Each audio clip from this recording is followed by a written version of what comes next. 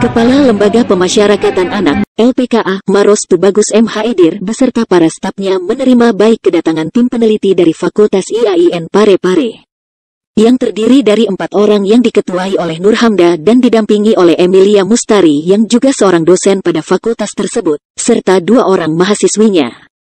Kedatangan tim peneliti ini bertujuan mengadakan survei lapangan di samping melakukan penelitian serta melakukan siraman rohani kepada para anak binaan Lapas LPKA Kabupaten Maros.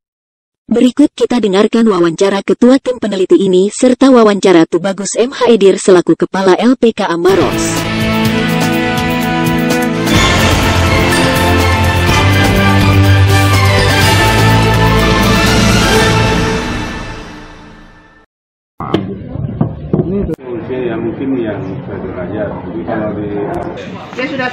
Mohon izin Ibu, kami dari tim Slebes Magazine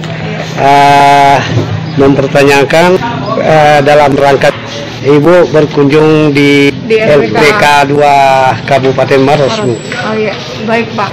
Saya Ibu Nur Hamda dan ini Ibu Emilia Mustari,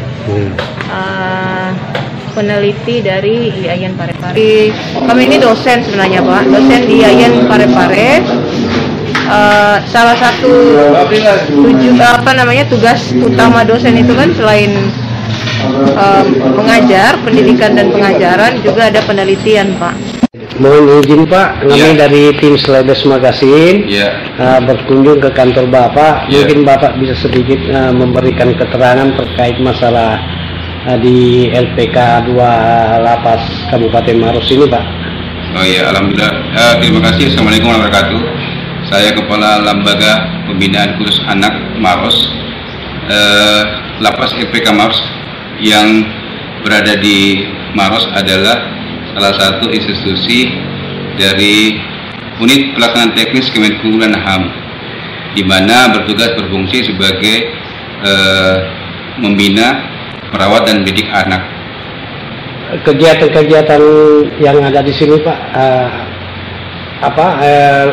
maksudnya langkah-langkah apa yang bisa diterapkan kepada anak-anak lapas di sini Pak? Ya.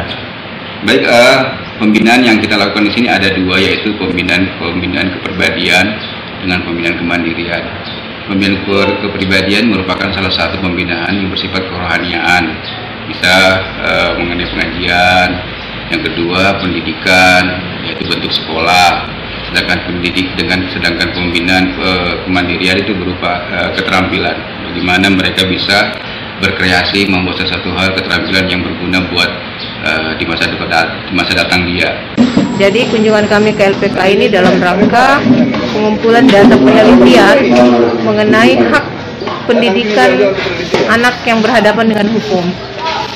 Jadi sebenarnya objek penelitian kami itu ada 3 Pak. LPKA Kabupaten Maros, Palopo dengan Parepare. Cuma setelah saya datang kemari dan ketemu dengan Pak Kepala LPKA, ternyata saya baru dapat informasi bahwa untuk anak yang berhadapan dengan hukum, semua yang sudah putus amarnya di pengadilan itu dibawa ke Maros. Makanya saya pikir disinilah tempat yang paling cocok untuk mendapatkan data itu, bagaimana kebutuhan pendidikan anak-anak yang tersandung hukum, yang berhadapan dengan hukum.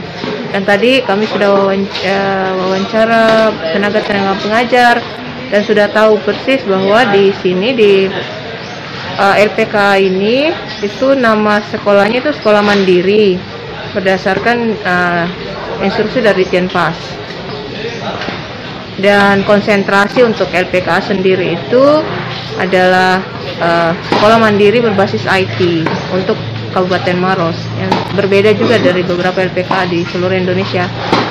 Nah, yang sangat mencengangkan juga tadi kami Pak, the team, itu ternyata tenaga pengajar di sini memberikan inovasi. Dan tidak hanya satu pada basis IT, tetapi juga mereka membuat kelas-kelas yang bervariatif. Contoh, ada kelas seni, di sini ada kelas kepribadian, ada kelas keagamaan, ada kelas komputer, dan bahasa Inggris ada. Nah di sini saya melihat bahwa tenaga pengajar di sini walaupun adik-adik yang mengajar di sini pegawai di sini itu ternyata inovatif juga di dalam membuka kelas-kelas yang lain, tidak hanya pada IT saja. Itu yang tadi sempat saya dapat datanya juga setelah wawancara dengan tenaga pengajar tenaga dan koordinatornya Pak Fitra, Pak, saya lihat karena memang background beliau ternyata SPD, pernah kuliah di keguruan, jadi tahu banyak lah tentang itu. Nah itu jadi dalam rangka kami datang ke sini itu, saya ulang sekali lagi Pak, dalam rangka pengumpulan data penelitian. Nah sekaligus juga tadi kami nyambi melakukan pengabdian sekaligus gitu. Kan tugas dosen ada 3 Pak ya, pendidikan pengajaran, penelitian, dan pengabdian masyarakat. Pengabdian masyarakat kami itu cuma sekedar nyambi saja, membuat mereka ada satu program itu dalam satu program School Life Project itu yang namanya future planning Pak.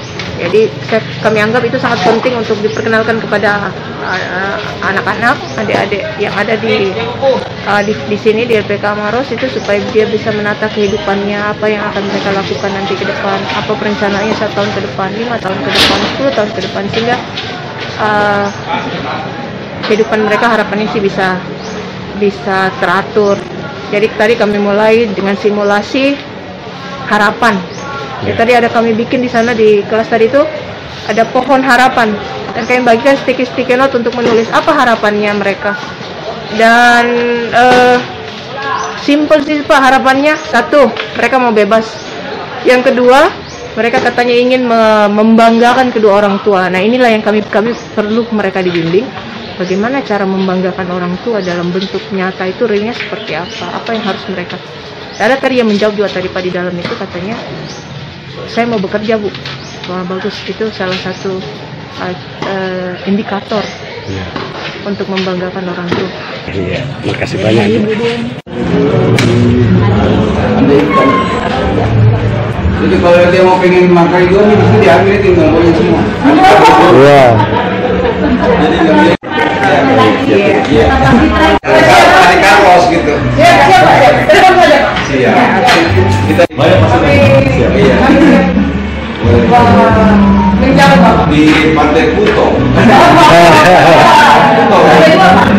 Demikianlah wawancara dari tim Selebes Magazine kepada Ketua Tim Peneliti ini serta kepada Tubagus M. Haidir, Kepala LPKA Kabupaten Maros.